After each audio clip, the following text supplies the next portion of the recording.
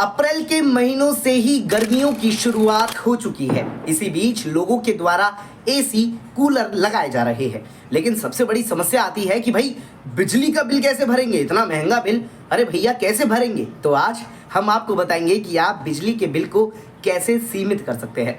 लेकिन इससे पहले आप हमारी इस वीडियो को लाइक कर लीजिए, शेयर कर दीजिए, सब्सक्राइब कर दीजिए हमारे चैनल मोजो पत्रकार को, जिससे आपको और भी नोटिफिकेशन टाइम टू टाइम मिले।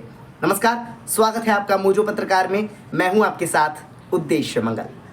आपको बता दें कि अप्रैल के महीने से ही गर्मी ने अपने तेवर दिखाने शुरू कर दिए हैं। मई जून के महीने में गर्मी और अधिक कहर बरपाएगी।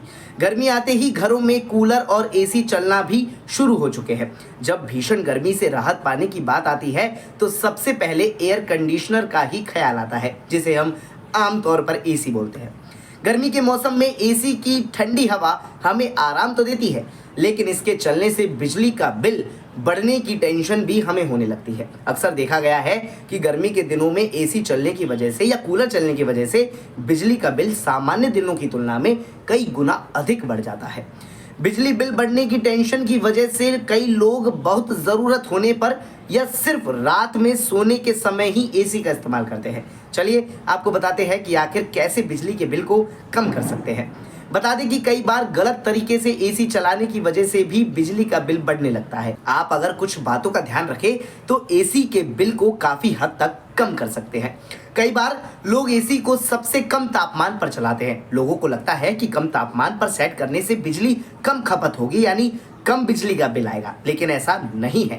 आप एसी में जितना टेम्परेचर कम रखेंगे बिल उतना ही अधिक आएगा। अगर आप एसी को एक आइडियल टेम्परेचर पे चलाते हैं तो बिजली की खपत कम होती है और साथ ही बिजली के बिल भी कम आता है।